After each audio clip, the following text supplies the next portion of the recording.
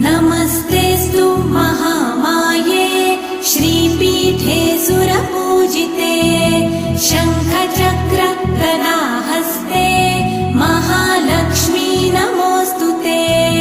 नमस्ते गरुडारूढे कोलासुरभयङ्करी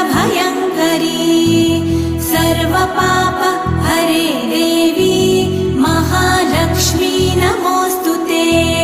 महादेव्यै च विद्महे विष्णुपत्न्यै च धीमहि तन्नो लक्ष्मी प्रचोदयात्।